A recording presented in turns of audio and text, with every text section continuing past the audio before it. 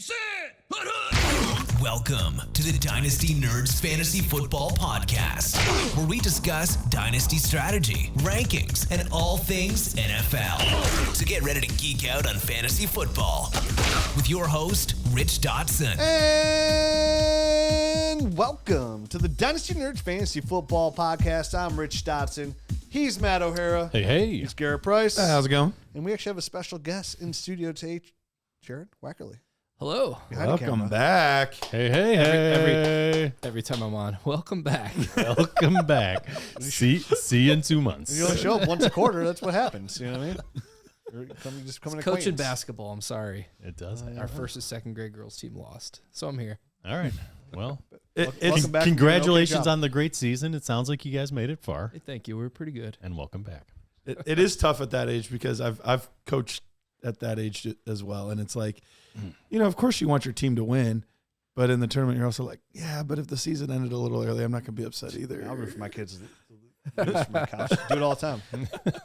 Care about that. Definitely when they're real little. Yeah, young basketball, worst thing I've ever seen. Everybody's traveling. Yeah, they just all run to the ball. Oh, the double dribbles are great. Oh, there are yeah. so many on every play. I got running backs to talk about. Yeah, All so right. we have the running back class. This is episode 3 of a 5-part series of the 2025 rookie Hold on. running You back know the class. annoying part of having him in studio? He's always trying to get us back on track. Someone, by God, Lord, I am here. I'm not. Come on, man. A lot of people listening are like, thank God Jared's I here. thought we were talking girls hoops here, man. What the heck happened? Somebody just fast forward 30 seconds is like, that's not normal. We're talking football. So yeah, but this is episode 3 of a 5 series class because everybody knows this class is extremely deep. So we've been deep into that film room, and of course you could watch the same film we're watching, the Dynasty Nerds film room right now. We just had a film room update. Yeah. All 22 film, largest in the industry you're going to find. Massive.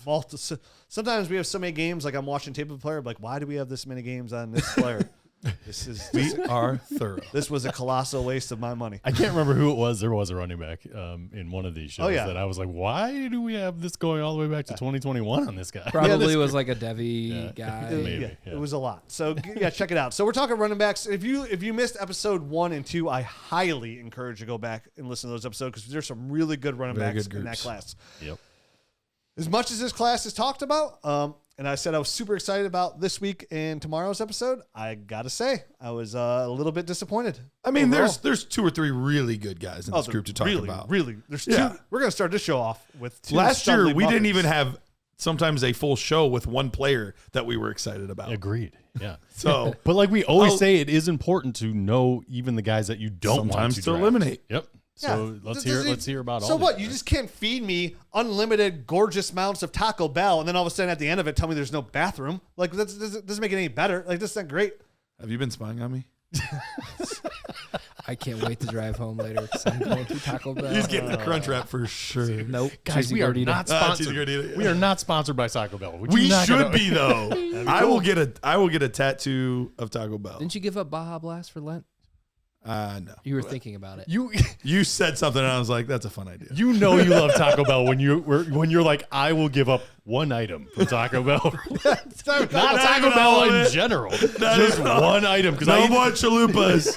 I've been I in eat way too many. I've been in a cheesy gordita crunch food anyway. Wow. Slide to God. Fantastic. You don't talk about no. Whoa. No, an item. I gave up the brisk iced tea. Just that really one specific soft drink. I always joke that I give up Lent for Lent. So that's my give up. So, but anyways, we are talking running backs there. These next episodes aren't as exciting, but there's some really good players in there and some solid players. And a player in tomorrow's episode that Jared likes more than the rest of us. So can't wait to dive in. Can't wait to hear his great takes. He'll be chiming in here as well. So we'll have a little bit less to say to keep the show moving along. But with that being said, In theory. who is Right. This show is just going to be longer. the first running back we are 2 talking about hours of today, intent. Matt? Just happens to be my running back too overall. So I'll get kicked off here with TreVeyon Henderson, Ohio State running back, 5'10" and an eighth, 202 pounds, 9.5-inch hands. He is 22 years old. He'll be 23 in October. In the 40-yard dash, he ran a 4.43 at a 1.52 10-yard split. Didn't run any of the 3-cone or short shuttles, 128-inch broad jump, and 38.5-inch vertical. Last year at Ohio State, sharing time in 16 games, he had 1,116 yards rushing, 10 touchdowns, 27 receptions, 284 yards, and an additional touchdown. Do you want me to give him, or do you want to give the run blocking grade in college? Oh, sure. Too? The run blocking grade was 40th for Ohio State, and the yards after contact 643, which ranked 47th. A little bit skewed since he split time and wasn't the main less guy. touches. Yep. Yeah, so TreVeyon is somebody who has fresh wheels. He had that awesome freshman year, burst onto the scene. Yep. Sophomore year, injured up. Went back last year. Was kind of somewhat surprised to some people that he would go back there. Definitely knowing that Quinshon Judkins was coming in, and he didn't disappoint. I mean, his tape is just a master class of finesse. On third downs, he might as well be Harry Potter because he's out there just creating magic. Like, he's just so good. How many of these have you practiced at a time? Because you've been on a roll lately. Oh, I literally just made that one up on the spot. That was But good. I do write some down in my notes. He doesn't even watch it. He's never even seen Harry Potter, this guy. I don't watch it. But he Never knows, seen Harry Potter. he I just know knows he's a that it's wizard. magic. Yeah. I'm trying to stay relevant to the kids out here. If you ask me to name a wizard, 20 years ago. I don't even know any other wizards. Yeah. I don't know. Gandalf? Longer than that. Anyways. Gandalf is the so- best wizard. Come on. What separates him to be my running back 2 overall over guys like Quinshon Judkins and Martin Hampton is, like, he's built for today's NFL and fantasy football. Like, he's so explosive with the ball in his hands. I mean, he thrived to the point where, like, yeah, in between the tackles, if you want to knock him on some things, like his in between the tackle running's not the best, but it's good enough. It's certainly good enough. Oh, yeah. But his passing game is the best in his class. He's got 4.43 speed, and it shows. When it comes to, like, in third down protection, he might be honestly one of the best pass protected running back I've ever seen. Like, he's fantastic. Believable. I mean, he lays people on their ass, whether it be behind the line of scrimmage or past the line of scrimmage. He's going there to block for his receiver or quarterback. He is laying people out, man. It's somebody with the agility, speed, hands, explosiveness, a little bit of twitch in there to his game that you literally just saliva is just dripping down your mouth because you just want to get a taste of that for your rosters. Like, yeah, does this suck that you're not getting Ashton Genty at the 1-1 and you're sitting at 1-2 and how close you were? In the right situation, this is a skill set that could easily equal out to be a running back 1 overall, in fantasy football. So for me, when I see a guy who can stretch plays out there, that knows how to read blocks pretty well, that can follow his lineman and stay hip to hip on them and then explode and burst out into the field, that really gets me going. And I could take his interior vision being slightly off, you know what I mean? Where he's not going to be as effective out there or as powerful, which is some people like, oh, he's not as powerful when he's the best pass blocking running back out there. Yeah, I don't know that he doesn't run inside with power, but I think and he doesn't necessarily break a lot of tackles in there. But the thing about him is, I think even if he does those kind of runs and fails, I do think it sets up some of his explosive runs even later on in games or different parts of the games, because he's a guy that can get in close on a defender and maybe they're thinking contact's coming and he'll laterally juke him and then be gone. So I think it still serves him, even though it doesn't necessarily work on every single play, that he's running up the middle and hitting guys because he's not the biggest guy in the world, because he's still able to set defenders up. And that's, I think, the sign of a really good running back is when I know I set this guy up earlier by running into him. Now I'm going to set him up and make it look like I'm going to run into him, and all of a sudden I'm going to be out the side here and I'm going to be breaking that for a long run. So I think TreVeyon, he does everything that you said really well. And I think the negative is maybe some of the physical stuff, the physicality stuff, but I still think it serves a purpose, and I think it still is a good asset for him. Yeah, I also have him as my running back 2 in the class, 77.8, which is actually my 3rd highest score that I've ever given to a running back. So we have 3 of the top 4 running backs that I've given scores to are in this class. So that would be Ashton Genty at 1, TreVeyon Henderson at 3, and then Omarion Hampton at 4. So just kind of shows you how good the top end of this class, and Judkins is inside the top 10 as well. Like he's right up there. We'll get to him next week. But one of the things I love about TreVeyon, and I think this is something that you were kind of touching on a little bit here. If you were to say, show me an elusive running back, I don't think he's the first person that you would point to, because people love the big dramatic, like, oh, he broke him, like, oh. But TreVeyon Henderson is actually super elusive because of his efficiency.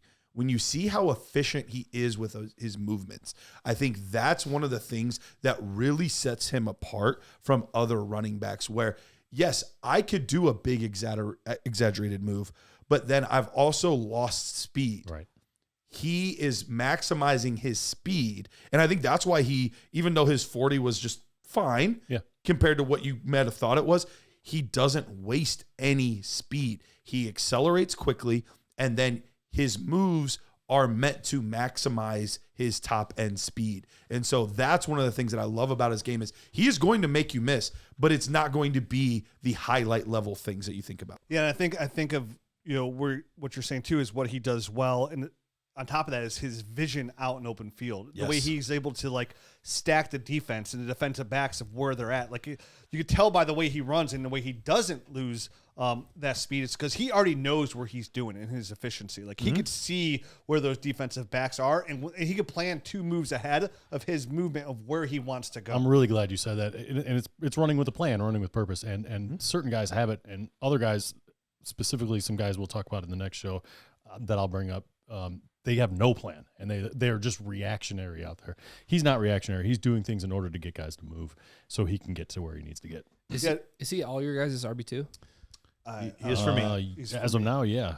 I mean, I haven't looked at the whole last group, but I don't think there's anyone in there. Judkins is the only one that I could maybe see passing him, unless you're like crazy eyeing Damian Martinez or something. But so right now I see Hampton and Judkins like neck and neck, and I would it depends. Draft capital kind of decide that for me. Right now, if I had to lean slightly one way, I'd lean Judkins. And I would still put TreVeyon in this tier right now until the NFL draft, because they're all that talented where they could be the number 2 guy easily. But I will say TreVeyon's he's closer to being a tier by himself than being the 3rd guy. If that makes sense. Or not, sorry, the 4th tier, guy. Yeah. Or even, the 3rd to where guy. a landing spot would then, So, same thing. Like, I can't let Hampton or Judkins went somewhere like amazing, like Denver, for example, in the first round, and he went like mid-second. Like that would change up, like honest values. They're close enough that could change it. But right now, if it's pretty equal landing spot, you're clearly going to have TreVeyon. To the counterpoint of Genty going to the Raiders or Genty going to the Cowboys, and TreVeyon slips to 31 the draft, but he gets pulled in the first round the Kansas City. Boy, oh boy. Is that really kind of like give you as talented as Genty is? I was going to say, you're falling for that Kansas City strike again, huh? No. I mean, well, to be fair, that's different though. I let the running back 4 skyrocket up there, but you know what I mean. Like that does make it very. It's like you'd have a very good argument of like, hey, you're just as good enough taking TreVeyon Henderson down the 2. I'm these are 2 guys that have made trades up to 1 from 2. Just to play it safe, absolutely. Yeah, I'm super excited to see how the draft capital shakes out with all these guys, because I think there's a world where, there's just 1 running back in the first round. It's Ashton Genty. I think there's a bizarro world where there could be as many as 4.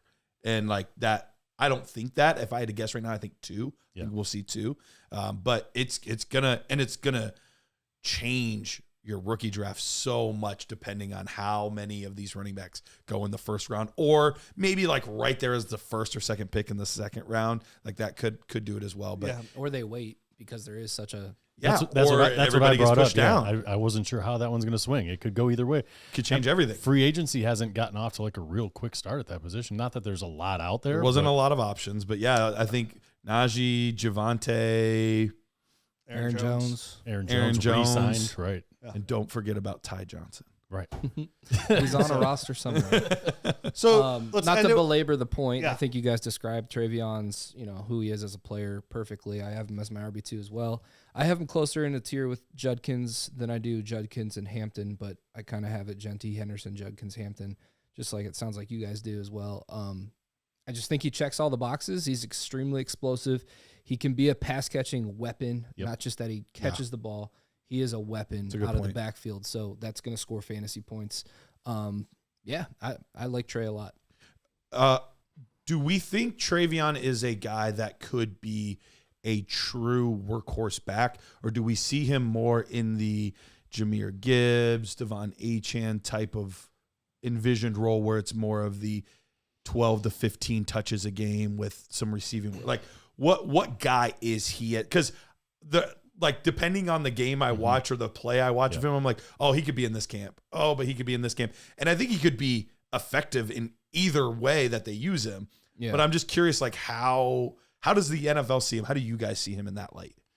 I mean, I think the team that drafts him is going to answer this question for us based on the personnel that's there, right? Sure. But for now, I would lean towards he's a guy that's going to be a 10 to 12 play type of guy, just size wise and maximizing his explosiveness and that kind of stuff. I think that's better. So if he gets signed to like Washington, let's say, and him and Brian Robinson are together, we have a pretty clear picture how this is going to work out. Yeah, I think he leans more, to me in my eyes, more of like a 60-40 share where he gets 60. Like almost kind of like, just imagine like when David Montgomery came back from injury last year, how Jahmyr Gibbs and David Montgomery was. At that point, Gibbs had established himself as more like the 60-40 compared to what it was 50-50. Put the ball in his hands. Yeah, so like he's the starting running back. He's gonna get those touches in between tackle, like just kind of like even Devon Achane was able to get this year. So I think he's gonna fall into one of those guys 12 months from now when you're looking at your overall dynasty rankings and startup drafts. Like he's gonna be, I think there's a good chance he could jump Jonathan Taylor in rankings right there. And I think he'll be in that, even like where Bucky Irvin is right now, where he's jumping in that people's 5th overall running back. Like I think a lot of these guys could jump there, but I think TreVeyon Henderson if healthy, has a very more like if we're doing, let's say, a likely meter, I would give it a solid 9.9 that he'll be a dynasty top 6 startup. Not legal, but I'll allow it for this example. Half back. You guys changed the rules while I was gone. So, all right, let's move on. We all love him. We all love him. If you have the 1-2, I mean, what was your nerd score for him, Garrett? 77.8. Okay, I got 76.5, so we're pretty close. Pretty close. Yep, absolutely. All right, so moving on to the next player here, Cam Skattebo, Arizona State running back, 5'9.5", 219 pounds, 9 3/8 inch hands. He is 23 years old, just turned 23 here in February. He didn't participate in the 40 or anything like that. He did do the broad jump, 123 inches, 39.5-inch vertical. Last year at Arizona State in 13 games, he had 293 attempts, 1,711 yards, and 21 rushing touchdowns, 45 receiving receptions, 605 receiving yards, and 3 additional touchdowns. Arizona State had the 102nd best or worst or whatever, however you want to say that, offensive line. And his yards after contact were 12.02, which was good for 3rd in the nation. 105th in offensive line rank. Yes, or 100. I'm sorry, 102nd. I'm a little bit too far away. Either way, it was bad. That, I mean, like, and before Gary even introduces him, I just want to right now that Cam Skattebo's name's been mentioned, I can't stand up legally because we have video cameras on. Boy, I can't wait to talk about this. Yeah, Cam Skattebo. It was a player that there were rumblings in the offseason about, like, hey, there's this kid at Arizona State. He's kind of interesting. We'll see what he can do, kind of thing. First couple games, like, there's some hype building. And you hear about these kind of guys all the time where it's like, okay, flash in the pan from the, what was the PAC conference, no longer, rest in peace. But, like, flash in the pan, like, you get a lot of these running backs that they're just not athlete enough, or they're not big enough, or they're not, whatever. And the hype's fun for a couple games, and then it dies down. But the hype didn't die down for Cam Skattebo, and it just slowly rose and rose and rose and rose. Opposite snowball effect. Yeah, and I'm like, all right, let's see this kid. Like, let's see what he can do. And the first game I watched, I was like, there might be something here. Yeah.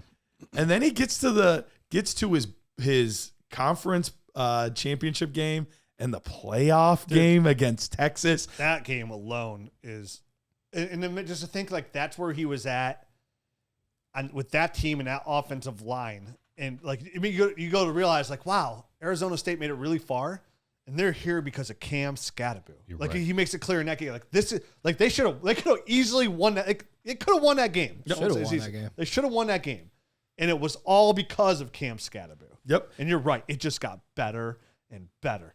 And you could tell he got more comfortable in the offense. I mean, everything I watched, I was blown away. Missed tackles forced. This is a PFF metric. Second in all of the running backs, not just in this class, all running backs, only behind Ashton Genty, which obviously we know he was an alien when it comes to that. But when you have an offensive line like he had, which was not a good run blocking offensive line at all, every single play that man was fighting for his life. And it showed. Yeah. It showed. Like there are certain things that you cannot coach a player in.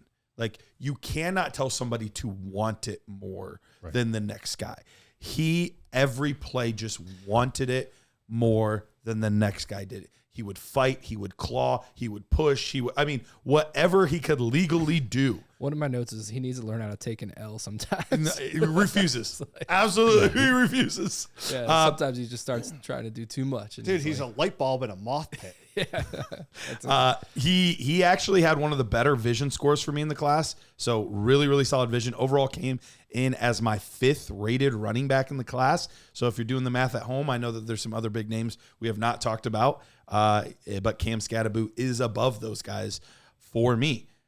Surprisingly elusive for a bigger guy. Yep. Like made people miss in the open field. And that's the tough part about trying to tackle him. It's like, okay, I'm not gonna let him get by me. I'm gonna be light on my feet. Well, now you're not planted. I'm running over you.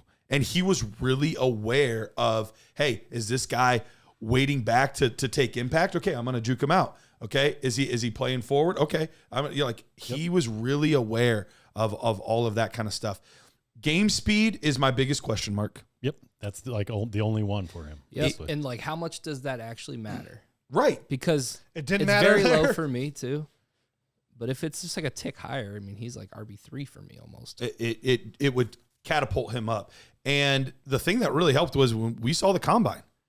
He had a 39.5-inch vertical. That was the second best in the class. Yeah. And his broad jump, although not amazing, was like dead center of the class. Yep. So it passes the test. Like if you're under 10 feet, there's questions. Sure. He should have ran. He's 120. I wish he would have. I wish he would have just run. If he runs a 4.65, I'm totally happy. I'm totally fine with that. Totally fine. Like, although I think based on that, like that was my guess was a 4.65. I think the whole speed talk's overrated. I think he might run under a 4.6. Might be. He got to the edge multiple times and got past the linebacker multiple times.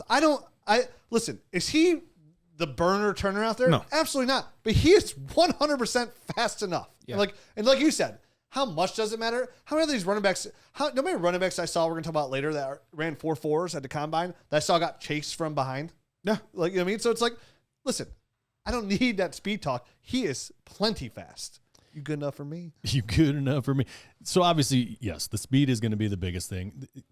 I don't know that he has like a traditional power element. I think he's relentless and he's never going to stop. And he's got enough wiggle and balance and contact balance is like his jam. You know what I'm saying? Crazy how you got a 9.5 for me, just a tick below Genty. So with the crazy amount of contact balance and the fact that he's relentless, I think that's how he gets yards after contact, and he gets a ton of them. He's 3rd in the whole nation. But I don't know that like you would want him if everyone knew you needed a yard. I don't know that you'd want to give it to him and just plow him up the middle. You know what I mean? Like get him a little bit of wiggle, get him a little bit of space. So that's like the other thing that I have a slight knock on him about. Like sure. I don't think he has real power. My only other like weakness for him was, and actually I need to adjust my score because no, there it is. Okay, I was looking, I was like, that score is really high. That should not be that high. Pass protection. I thought you were gonna say skin color. Jeez. Pass pro 7.5 for me. I don't know what you had. Oh, you got. Yeah, I didn't think it was that bad. There were some. He had a bad habit of like dropping his head. Maybe I missed that. He did it here. He was inconsistent. He didn't have much of a punch. Okay. Like for as relentless as he is in running the ball with the ball in his hands or catching the ball, it did not show up in the pass pro. There were a couple guys that we watched this week that I was like, this guy, he wants to look like he is doing pass pro, but not actually do it. Like I'd say, there was a guy that I thought he was just look, coach. I professional, was moving my feet. I got in front of that guy. I mean, yeah, sure. I thought there was a didn't guy do anything that tried to afterward. smell shoes. Because he did it so much. Got a foot fetish. Just diamond has to be toe sniffer. That's how much that was their pass protect. You're right. DJ Giddens. There's a lot of guys we're going to talk about later today. Their pass pro is good. terrible. So watching Cam Skattebo, like I'm okay. Yep. I mean, this is a kid, guys. I really had a good time. You were so excited on the phone earlier, like I can't wait to talk about Cam Skattebo tonight. Well, sometimes like when you do this and you're watching film and you're watching hours upon hours, it is such a treat to find a guy that you look forward to turning the next game on. Oh yeah, because you know every game is going to be something. I mean, there were a I couple started guys. showing my kids. I'm There like, were a hey, couple watch guys this I was literally falling asleep. I'm like, nope, got to get up, got to stand up for a second. Nope, starting to fall asleep. This crap. Yeah. So for me, I mean, he reminds me. Cam Skattebo was not one of those guys. And I mean this in his prime too, like a slightly less explosive Kareem Hunt is what he kind of reminds me of there. I mean, So contact think- balance is definitely there. I think the contact balance is equal for those two guys coming out. It's not like, dude, Kareem Hunt wasn't a real fast guy. He ran a never- 4.6 as yeah, well. He was never that's a why he was fast at guy. Toledo, and that's why He he started in FCS. Right. led the league in rushing. Athleticism. I think that's a spot on comp. I love that comp, and honestly, I would just remove the less explosive. I think they're very, very similar Pretty players. similar. What we haven't talked about is the dude's pass catching at all. I mean, We haven't. I was kind of trying to save that. I was going in here. Do next. it, I do think it. there's two things you can talk about. Listen, he reminds me like he's a walk-in demolition derby, right? He's just compact. He's chaotic. I mean, I watched him go in Utah. He ain't going there to smashing through those tacklers like it ain't no big thing. Like you said, his contact balance is unbelievable. Like Ashton Genty could be the best ever, but like this is his like fraternal twin, not the identical twin. You know, they're pretty damn close, and because he just keeps his legs moving at all times. I mean, his feet and his footwork, and like how like you said, like he has a little bit of agility to that game for his size. Like it looks so much prettier when you see a big boy out there doing it. And another thing you didn't say is like what I was surprised about, which again, a lot of running backs we're going to talk about lacked this trait, which is a huge trait in my opinion when it comes to have a really good fantasy running back, let alone an NFL running back, is he's got really good initial burst. So I was really impressed with that because that wasn't something I necessarily, when I was casually watching Cam Skattebo and I was enjoying what I was seeing, it wasn't something I was really looking for. But in the deep dive of film, I came away like with multiple times like, ooh, look at that little burst right there. It's always this initial burst. Obviously, you don't see the second burst because there's already like 5 guys on his him, so it's impossible to even see if he has it. So I would love to see him behind a really nice offensive line. And like Matt said, his pass catching ability. He actually is one of the best pass catching running backs. It's true. In this draft as well. I saw him. What game was it? I think it was versus Kansas. Runs a little wheel route over, pass circus catch over the shoulder. Drops it in, takes it around in the wheel, all the way for a touchdown. Tied for my third highest score in the class. Runs routes. He is an absolute pleasure, and I can't believe he's my running back 5. So when people talk about, wow, how good this running back class is, it's the best ever. In my eyes, because I'm a real big Dylan Sampson fan too, but Sampson's my 6. But honestly, I'll throw him in here too. They have those 6 guys, 6 running backs I feel really comfortable with. And now obviously that tier starts to drop about how comfortable I am. Sure. That's why I'll take Dylan Sampson out of it because I like him a lot. Put Cam Skattebo in the top 5. If I had the 5th overall pick and not in a 1 QB PPR league, a standard league, and we haven't even done the receivers yet, you know, with Tech McMillan, Luther Burden, and Emeka. But just to stand alone on those 5 running backs, I know you can't say for a fact because we see guys that flame out. They do. Let me say this. I feel very confidently that my dynasty roster just got significantly better at a landscape that's changing and a big mystery outside of what's the current top 5. You know, some of those guys have a lot of question marks going into 2026, and this rookie class is going to be more of an exclamation point. So to have a guy like Cam Skattebo available, who I've seen mocked in it almost like catches me off guard where like the 4 of us are all on the same page, and almost every other scout and even some dynasty analysts have this guy down like their 7th, top 10, 8th guy, right around like in that category right there. It's like I'm not surprised. I'm so used to that. I don't get it, man. They're judging the underwear Olympic type stuff, and they just don't know what they're looking at. This is to me, he's dynasty gold, and he has the chance to definitely be better fantasy wise over the long term than any guy in his, like, not likely, but he has a chance in the skill set in my eyes to go onto a team and be the guy in the right. Again, you want a joker. Denver's looking for a joker. They get Cam Skattebo as a running back with Sean Payton in round 2. Yeah. You think he goes round 2? Is that what you guys, what do you guys think? I think probably not, but I think he deserves it.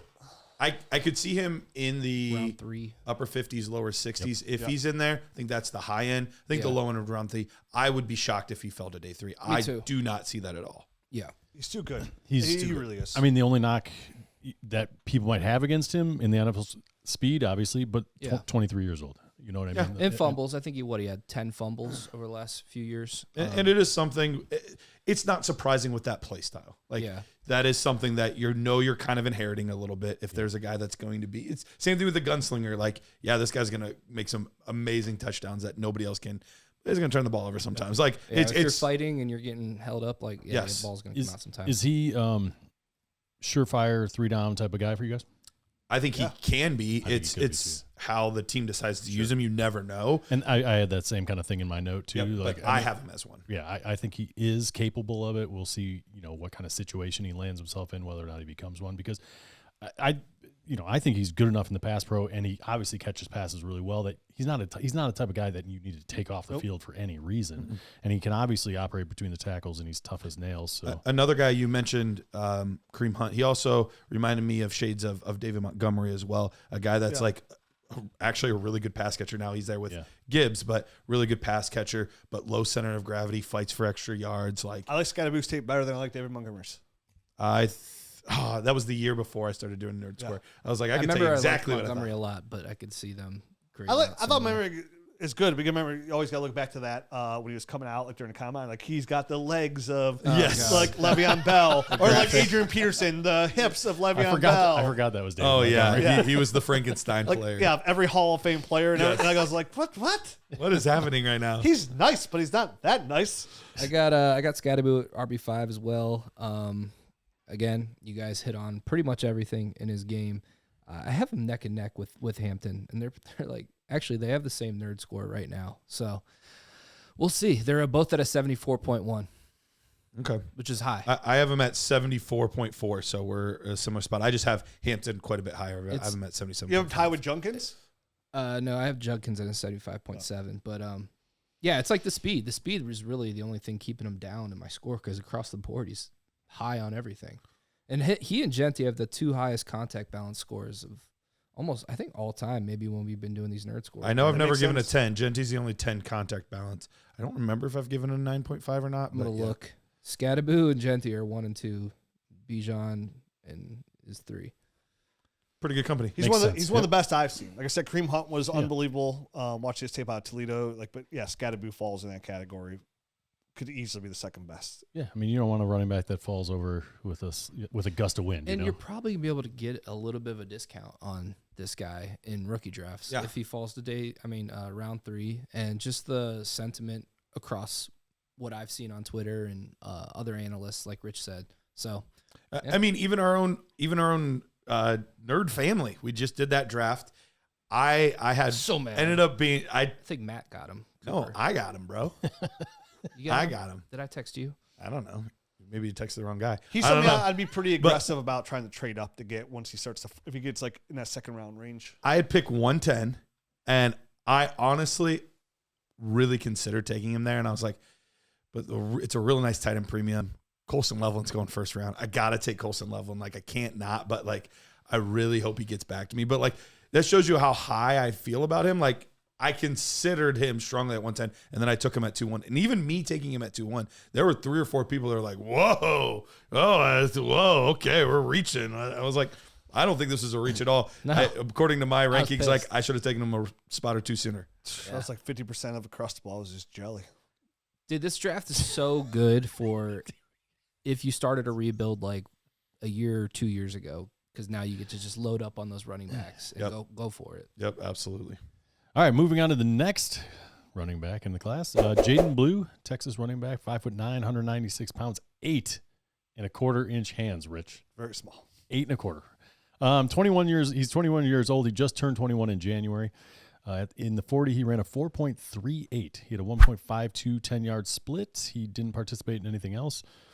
Last year at Texas, in 15 games, he had 134 attempts, rushing 730 yards and 8 touchdowns, and 42 receptions, 368 yards receiving, and an additional 6 touchdowns. They had the 46th best run blocking unit there in front of him at Texas, and he had 517 yards after contact, which was good for 84th. But again, he was another player that shared time in that backfield.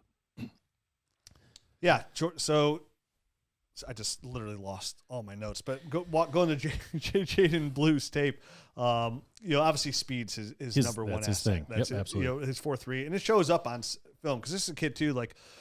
He kind of sometimes looks like a receiver, and they lined him up on the outside a ton. But I mean, he's a speed demon with fresh legs because he doesn't have a lot of mileage on him. So that's his number one trophy here. It's wow, he's really fast, doesn't have a lot of miles on him. Quick film too is 4 minutes. They were fast. It was refreshing. I mean, some other guys were 10 minutes. I know. So it's really no surprise with that kind of speed how he would just torch the edge, right? Coming out there. So for him, you watch out. He's got a little bit of juice to him too. He's got some wiggle to his game. Watching his TCU tape, I remember he juked a safety, and the safety just looked like he frozen, faint. Yep. So but I really like him where he's a mismatch and where he's a nightmare as a receiver. So when you watch him, even against Ohio State in the college football playoff, he had two nice receptions, really for a nice touchdowns. Yeah. So cover that guy, man. same play. Yeah, they still lost. So he really is a mismatch there because him in space is where he's dangerous, where he falls in line, and that's where he really is going to live. He's going to live on the outside. He's not really too good on the inside between the tackles. I didn't think he was as bad as I thought he was going to be. I think he can operate a little bit there. I don't think that's where you want to operate him. I don't think he's going to live there. He's not going to live there. Yeah. So this was the guy that I saw on tape, and I was like, I was surprised because I thought, I thought this is just a space guy. I saw a little bit more than I thought I was going to in between the tackles. And then that got me thinking, is this guy a James Cook-esque type of guy? He feels similar to me than when James Cook was coming out. Explosive, shared time, kind of, caught a bunch of passes. None of us kind of appreciated him at all. And I don't know that he's going to be that, but there's at least that you can't teach it type of speed and breaking dudes' ankles and kind of, oh crap, he's out the back door and now he's gone type of thing that you see out of a James Cook in Jaydon Blue's game. That would be ceiling type of if everything went perfect for him. Sure. But for me, it comes down to, is anyone going to give him the chance? I have no idea. The 5 fumbles that he had last year wrapped up with the 8 1/4-inch hands, I think is always going to be a question until it's not. You know what I mean? Sure. If he's got to get through a season where he's not fumbling the ball 5 times on 134 attempts and 42 catches for, you know what I mean? It's not a lot of touches to have that many, to have that many fumbles. So explosive dude, exciting when he's got the ball in his hands. I don't know how you guys see him, but I'm mildly interested to see kind of where he goes and if there's an NFL team that'll see this speed and kind of overdraft him and find a spot like Sean Payton. I need this guy. I need a joker guy. All of a sudden, they've got a Jaydon Blue who can go out and run passes, pass routes and all that kind of stuff. And he's this 4.3 guy that's going nuts. He's on the board. Yeah, I think he's on the board. He's on the board. Yeah. I just don't. I mean, I don't hear any hype about him though. You know what I mean? Day 3 pick. Jared, I know you're a guy. You were pretty big on him. I think it's a worry about him. Because we were talking about Cam Skattebo a little bit burst earlier. When you watch his tape, he's fast, but there's not a lot of burst there. Yeah, I mean, I liked him. I have him on a lot of campus Canton rosters because I liked him until I dug into the tape. It's not like I hate him, but he scored a 69 for me, so it's not like I love him. But he's on my board because there's pass catching upside there. I think he's a day 3 pick with elite explosiveness and pass catching upside. He can catch the ball well, and yeah, he does offer a little bit in between the tackles if he's asked to. So I think there's upside there with him. So he's on my board for a round 4. It's almost just enough between the tackles to keep a defense honest. You know what I mean? That's it. Hey, here comes Jaydon Blue. Watch out, alert, for the pass, for him going out for a pass. It's just enough to kind of keep that off. I think some of his tackle in between the tackle stuff isn't even where he's not capable. I feel like it's more of a Jaydon Blue issue. Like his vision there. Sometimes he'll put his head down. Same thing. Put his head down. Like just run into a body kind of thing. Yeah, like his vision was low for me. I gave him a low score on vision too, and that was going to be my one pushback. It's like if he didn't wear glass, like his glass. It's almost like when he's on the outside, he's wearing glasses, and when he's on the inside, he's not. Yeah, and if like things are just a little bit more blurry for him. One of my things was like if you get your hands on him, he's probably going down. Like I didn't think his balance was very good either. Very little power element to his game. But, you know, in the right situation, like a late third round rookie pick. Like I found out in middle school he had 2 knee surgeries, one on each knee. Just a little note. I found middle school? That's pretty young. Yeah, that's not even a fact because you don't even have knees. Found it in an article. I was like, oh, that's interesting. You don't have knee surgery. Doesn't look like it's affecting him, but hey, I wanted to throw it out there. Was Tanya Hardin his like enemy? What is going on around there? So I'll wrap up Jaydon Blue here. Jared, I think you used the right word there, potential. Like that's what you're drafting with this kid, because I do think the vision is subpar. There's not much of a power element to his game. He's not going to be asked much to run the football, maybe 3 or 4 times a game. But outside of that, he's not going to be asked to run the ball much. However, he is a very good pass catcher. He is very elusive, and he does have good speed. So all of those things do bode well for him to say, for a team to say, you know, if Bill Belichick was still on New England, James perfect. White, draft him in the 5th, put him in the James White role. I was thinking the same thing. Dexter match made in heaven. Yep, it's perfect. So, you know, we'll see what happens with him. I think there's a lot of potential with him, but it's just not on the ground. All right. Before you tell us our next guy, shut your mouth. I got to tell you about our friends over at myffpc.com. That's myffpc.com. You've been hearing it. You've been talking about it. You've been smelling it, maybe even. I don't know. Smelling money. You know, so we talk about myffpc.com. It's a hosting platform for Dynasty Leagues. Right now, you can get out there and, you know, right now, since it's the end of the game, a lot of these teams are at deep discount. Orphans. Yeah, so it's like eBay. You can go search for Dynasty teams. Yeah, there might be $100 league that has nothing going on, but they got a decent amount of draft picks, and you can get that in that league for $25. If you use that promo code NERDS, you can get that league for free because you get $25 off if you use that promo code for first-time users. And you can get in there and you can reshape, you know, a Dynasty team. Like, what if you just want to work on your Dynasty game and be a better Dynasty game? And you drafted, had a really good startup, you've been able to maintain that. Like, do you really know if you're the ultimate Dynasty player unless you went into full rebuild and rebuild a team? My FFPC gives you that option. They sure do. And it's safety. It gives you the time to even rebuild because leagues don't fold over at myffpc.com. Going on since 2010. Never had a league fold. Never. So check them out, myffpc.com. Get an orphan there today. They'll be having startups before you know it for fresh leagues, but get a good discount on an orphan. Use the promo code NERDS, myffpc.com. If I was to take over an orphan, and in year 1 I had a draft pick somewhere in the 2nd round, or maybe even the 3rd or the 4th, I don't think I'd be taking Jaquindon Jackson, running back from Arkansas. I'm just Quentin Jackson. 6'1.5", 229 pounds, 9.5-inch hands. He's 23 years old. He'll be 24 in September. He did not run in the 40. He did run a 20-yard shuttle of 4.36 seconds, which is just odd, and the 3-cone in 7.19, which nobody else did. He was standing. I'm only running events other people don't. Standing in line by himself. Broad jump of 119 inches. You got there too late. Took him too long to run there. 32-inch vertical. He was running to the next thing. The janitor was there with the mop. They stopped the watch on the 40. We'll just meet you over at the 3-cone, bud. That's all that we got left. Sorry. Last year at Arkansas, in 10 games, he had 149 attempts, 790 yards rushing, 15 touchdowns, and 13 receptions, 139 yards receiving, and no additional touchdowns. He was running behind the 64th best. Yeah. I know how to do numbers, 64. I swear. 64th best run blocking offensive line, and he had 522 yards after contact, and that was good for 82nd. So, yeah, Jackson is not a – look, I don't – came in as a quarterback, too.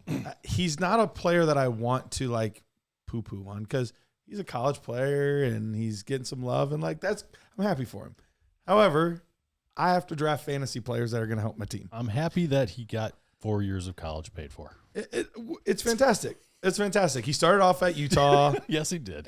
He switched to Arkansas, and boy, does Arkansas have a type, because they had Raheem Sanders before him, and then they had Jackson, and pretty similar guys. One's my lowest rated guy, and Rocket Sanders, and my third lowest is Jaquindon Jackson.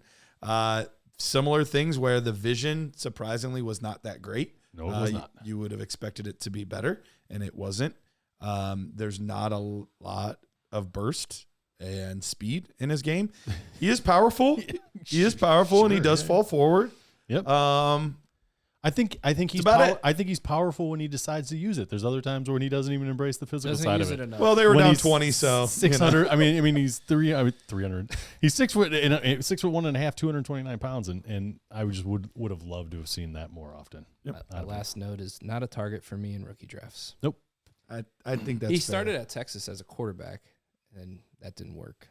Yeah, I mean, dude, there's a game versus what was it, like Arkansas? Like he threw like a really nice pass. Like, what's crazy is like he's versatile. Like he'll line up outside like enough, you know. And then, he's like, a good athlete. Yeah, he's an athlete. He can throw the football, but like when he throw like earlier, it's like his speed is like comically like slow motion. Like and like.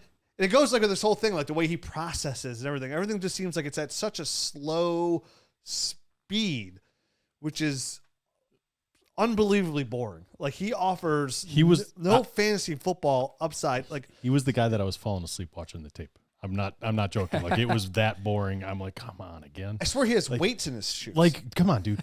Run that guy over. Quit trying to make this mean. His mom's watching. Quit trying to make this dude miss. Run this guy over. Like you're big. Yeah. You could just run that guy over. Fumbling concerns too. Yeah, some fumbling concern. No burst. He's not slow young. to react. No real wiggle. So don't draft him, guys.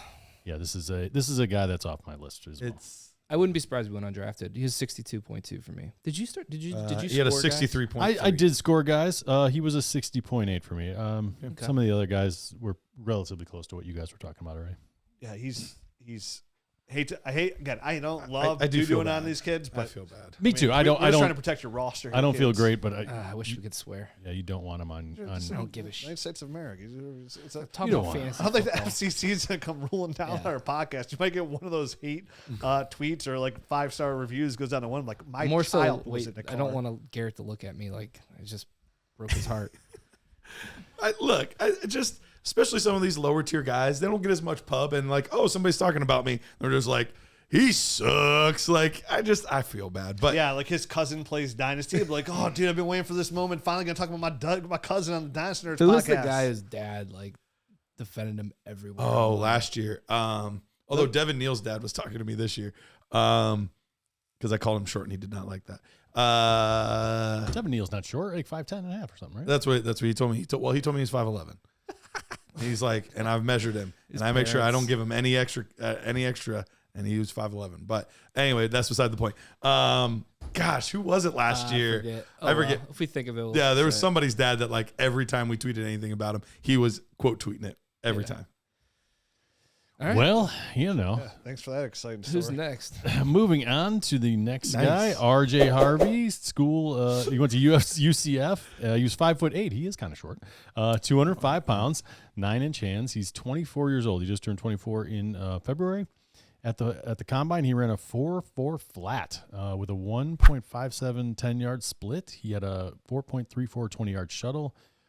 Broad jump of 127 inches, 38-inch vertical. And last year at UCF, in 12 games, he had 232 attempts, 1,577 yards rushing, 22 touchdowns, 20 catches, 267 yards, and 3 more touchdowns, so 25 total touchdowns. And at UCF, they had the 31st best run blocking offensive line in front of him, 897 yards after contact, which was good for 9th in the country.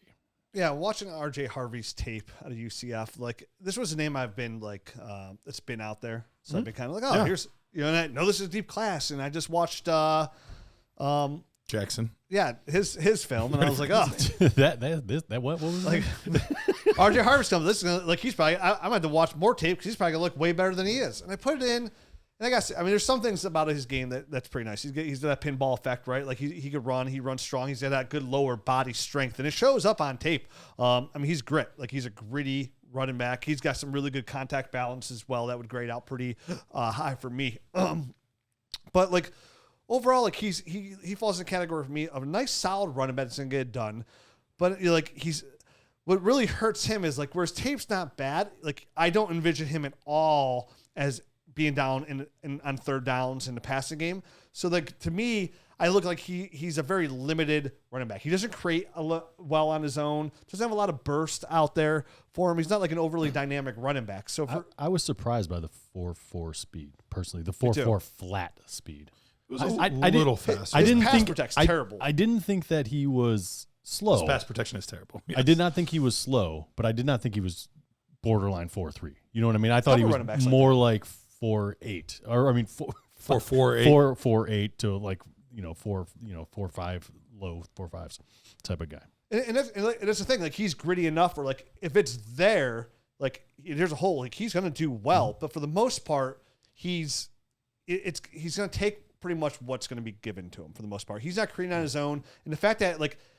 Can he catch? Yeah, but I would not call it his strong suit. No, I said he's good enough, but nothing special. Yeah, exactly. He's good enough at catching. But his pass protection is so bad, I would never expect this guy whatsoever to be on third down. So looking at it from a PPR standpoint, this is a running back that doesn't really offer a lot of upside, right? Mm-hmm. Like even his ceiling to me isn't really worth the. Like he's like a fifth round guy. If he's there, I know his name. I'm happy to scoop him up. Maybe he'll get a little bit more run, but like. I'd much rather chase upside than a guy like RJ Harvey for what he brings. A solid running back for what he does, but again, we're not here to draft guys and win Super Bowls. We're here to win fantasy football, dynasty fantasy football championships. Yeah. And he doesn't bring that kind of talent to the game. I think it's important that he's a shorter guy. He has good like quick lateral bursts and stuff like that. He's got good feet, and I think he maximizes. Any potential power that he could have in that small body by playing with a good pad level and stuff like that. Mm-hmm. But again, he's short. He has good pad level. He's got great pad level. He's starting off. It's already good. It's a good start. Get out the measuring tape. You already know it. Yep, that's a good start. But we'll give him in the middle. But he is one of these guys that does everything good, but nothing great. Yeah. For me, so I'm not everything good. Right. Sorry. Running with the ball in his hand, he's a good running back. Everything there is good. But nothing fantastic. And then if he's not going to have a big pass rushing or a pass catching role, which I don't think he kind of, as of now, unless something improves, I don't think that's in the cards for him. And the fact that he's 24 years old right now, he's got an uphill battle to fight. One of the hardest parts for him. Yeah. To fight for a position. Like if he was 21. And maybe he could find himself into a role in 3 years when he's 24 in the NFL. He'll be a grandfather by then. But right now, dude, come on, man. You're gonna be 28 by the time you get a shot or something. If you get a real job. So I have him at a 71.4. So I think I might like him maybe a hair. Okay, so we're in a similar spot. Exact. Talk him up, boys. What do you have on? 71.4. Okay. So I have him a hair higher than you guys. I think based on that. Part of it is. The one thing that we haven't given him any flowers for so far is I think he has really good vision. I think he sees the holes really well. He's pretty patient for them to develop. Like I think he's really solid in that aspect. Yep. And I think his elusiveness plays into his vision really well. So I think all of those things flow together very nicely. I agree he's not going to be a pile mover. I agree he's not a great pass catcher, and his pass protection was doo-doo butter. But I think it was, dude. It was bad. But that being said, like there's enough there with the vision and the elusiveness and the patience where I think it all worked pretty harmoniously that I think there could be something there. Yeah, he's not somebody I'm willing to go like out on a ledge for, but like I don't hate him, I think, as much as you like mid-third, I would be comfortable in that range. Again, thanks for Taco Bell. This is unacceptable that you don't have a bathroom. Do better. I shifty back, not afraid of contact. I didn't see the first tackler bring him down very often. Like I thought he always made the first guy miss. I think he's well built, good contact balance. Like I said, keeps his feet well, understands how to move his body to avoid contact really well. So 71.4, not great. I I don't think he has a ton of like upside, like Rich was saying. Correct. So if there's like another guy there that's maybe offers a little more Kicker potential. He's somebody that reminds you of like a career backup that like when he gets those spot starts, like, oh, he was fine.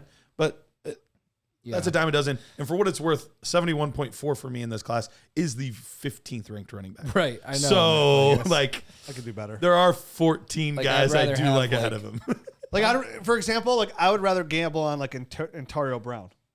I'd rather gamble on like LaQuint Allen or definitely LaQuint Allen, but Jarquez Hunter. I like LaQuint. Oh, definitely, Devin definitely Jarquez Hunter for sure. But yeah, we'll get to those guys. So I'll tell you who I would take him above. Matt, who's the next on the list?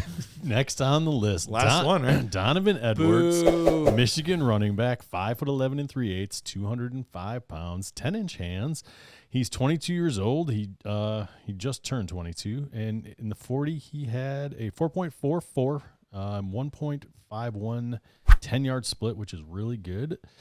In the vertical, he had 38.5 inch, 35.5 inches. I guess it wasn't just 1 inch. Last year at Michigan in 12 games. Very far. 128 carries, 589 yards rushing, 4 touchdowns, 18 receptions, 83 yards, and an additional touchdown. Michigan had the 81st best run blocking unit there. It's not great. Not Makes great. sense. Yards, yeah. I wonder what it was the year before because they had some hog mollies. Yes, they sure did. Yards after contact, 363, which was 144th. But this was another guy that was splitting carries. So that number kind of just goes out the window. Donovan Edwards got a nice little boost this offseason in his value because of one reason and one reason only. He was on the cover of the college football 25 game, and everybody was like, whoa, they just won the national championship, and he's on the cover. Donovan Edwards is that guy. Like, he's great. He's going to be so good. And then the season started. Then football was was this the being guy played. that we had more film on than you thought necessary? Because I could see that. He could was see the that. number one running Yes. back in his class coming out. Yes, it was. Yeah, probably. I think it was. It was either him or maybe Jaquindon Jackson. Yeah, I don't remember. To me, it was Jaquindon Jackson. We Yeah. have like 8 games. Yeah, I can't remember which one of those. I kind of lump both those guys together. Honestly, you just show me one game, and I know what I got working out with this guy. Donovan Anyways, Edwards, not a BDE. super great score for me. 69.73, so not a How much? 69.73. Thanks. Yeah, you're welcome. So not a great score. He got below. With how many guys are above a 70 in this class, it's like 20 of them. That doesn't help matters much for a guy like Donovan Edwards. So you're saying my 57 isn't a good number for him? No, that would be bad. That would be Watch bad. Harbaugh. Wow, you really hated him. I do not like this guy. at Wow. all. Okay, I thought I didn't like him, but Matt, what'd you have? Like 57. whoa, he hated. Was this I like had your a lowest six- rated I had running a back? 66. Yeah, I think so. He was pretty close. Wow. Okay. Well, for what it's worth, for as much as Matt hated him, wow, he really hated him. You like Jackson more than Edwards? I told you there was a couple guys I had to rewatch because I had really bad scores on because I was like, was I just really mad this weekend? Everyone's gonna be like, "You guys are Ohio State fans." Look, I'll give him some credit. Listen, then. I would take him over LaQuindon Jackson. Yeah. Jaquindon Jackson, sorry. I have a better. Oh, yeah, no, they're pretty similar. He outscored DJ Giddens for me. I like Giddens. We'll get to him though. But all that being said, he is another guy that is a specific player in a specific role at a specific time. He is not going to be a player that you are going to be able to use in multiple ways. I think he's going to be a great gunner on special teams. That is his he's role. got the size That's and his speed role. for it. That's so what he I'm saying, probably man. would. Yeah. I think he could be a special teams ace, which does get you on a roster. It does. And so the thing that helps him is he does have decent size to him, and he's got good speed. Now, it is straight explosive. line speed. Yeah, he's That's explosive. It is not like side to side. He's not making you miss. He's not like it is like Yeah, it's not even hole diagonal, open up it's just straight line. and just like straight line speed, which makes perfect sense. They had a great run blocking offensive line at Michigan the year before. That's part of the reason that he performed so well. But that is his role. That being said, I don't think he was bad in the receiving game either. He catches the ball well. He's got good hands. He does a good job catching. I So agree with that. So I do think that there are aspects of his game that are not awful and like worst in the class. But I'll say this. He's definitely above his teammate Khalil Mullings. He's definitely above Yes. quite a few guys that we've talked about. Like I'm surprised you have him that low. I was surprised He doesn't. I mean, even his 4.4 speed was kind of like, oh, I was like, dude, because like this isn't even a guy that can really get to the edge. The only time the only time his speed comes into play is if there's a Mack truck size hole that he can just run through and get up to top speed. Yeah. That's it. If he has to change directions, that's all out the window. And he just turns into, I mean, a very easy target to tackle because he doesn't break tackles. He doesn't have power. I mean, it's nope. Even like Garrett said, like last year, Michigan won the championship. Like he wasn't good last year. And then this year they come in. He has an opportunity. Blake Corum leaves to be the guy. Like he made some big plays and big moments, and his name got elevated. That's all it is. He's going to pop a play here and there. I mean, I don't know what kind. And he had recruiting pedigree too. And that's the thing. And that's the thing. That stuff will play at the college level. I don't know how you expect to run a guy that has, for me, little to no running back instincts or ability. I don't know how you run him out there as a running back and expect anything. You literally, there's times like, it's kind of hard to see how fast you go because you don't run a 40-yard dash. He runs like a half-a-yard dash right in the back of his lineman. You know, like half a yard. Like, I just don't know how it's gonna. I don't know how it's gonna work. I don't understand it. 3-yard dash. But yeah, I mean, again, positives: straight line speed. He can catch the football. Good size. He got better in pass protection, I think, this year. Like again, watching Runs some Ohio State tapes, he was able to pass protect better this year. So it's just like as a functional running back, like he doesn't offer NFL skill sets. I think an NFL team will be happy to have him on special teams, and I think he could even be like a kick returner because you see it right in front of you. You start running your ass off, and if you catch a lane, boom, he's gone. Like he's got that kind of ability, but I just don't see how you get him on, in the backfield and in the NFL game where you got to be able to dissect what's in front of you and change directions and all. He just doesn't have that ability. So that's going to wrap up this show. Make sure you get to DynastyNerds.com. Make sure you get the App Store. Check out the Dynasty GM app, homies. Get some of that good stuff like the League Analyzer. You can do rookie mock drafts in there. You know what I mean? And it adapts to your leagues. You put your leagues in. You can do mock drafts. I mean, yeah, can you do it elsewhere? But yeah, does it have the Dynasty Nerds logo on it? Rookie guide? Probably not. Rookie guide coming out soon. A lot of good stuff over there in the app. So, and again, that film room. It's just so important, like to put your eyes on there. Like we're talking about some guys that Matt hates or Jared loves, and like it's always good to put your eyes on these guys to see what you like to see. So, Dynasty Nerds Film Room, DynastyNerds.com. We'll be back tomorrow with episode 4 of the 2025 Rookie Breakdowns. Adios. Hey, Nerd Herd, Dynasty Nerds has an incredible new offer from Underdog Fantasy for new customers. When you sign up as a new customer, you'll get a chance at their new customer free pick. But that's not all. Underdog is also offering incredible deposit bonuses. Use the promo code NERDS when you first sign up, and Underdog will give you up to $1,000 in bonus cash with your first deposit. That's right, $1,000 to kickstart your fantasy football journey. Don't miss out on this fantastic opportunity. Head over to UnderdogFantasy.com or download the Underdog app. Sign up today with promo code NERDS and start your journey to fantasy football glory today.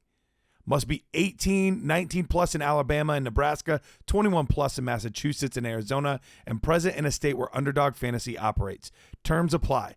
Concerned with your play? Call 1-800-GAMBLER or visit www.ncpgambling.org. In Arizona, call 1-800-NEXT-STEP. In New York, call 1-877-8-HOPE-NY. And in Tennessee, call 1-800-889-9789.